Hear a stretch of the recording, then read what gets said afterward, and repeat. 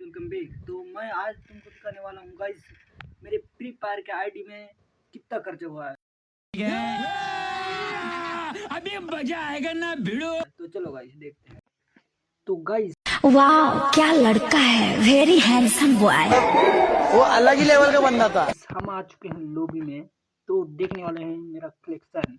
चलो गाइस, तो गाइस पहला है बंडल जो कि मस्त लग रहा है, और ये बंडल भी है जो मस्त लग रहा है। तो गाइस मेरे पास ज़्यादा इमोट नहीं है, देख सकते हो। और ये मेडिकेट वाला है जो कि, और ये है बैकपैक जो, और ये है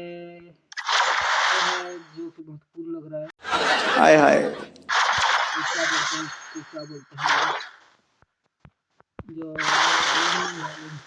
ट्रेंडिंग करने वाला है, बहुत कूल लग रहा है। और ये भी जो कि डाउनलोड नहीं है।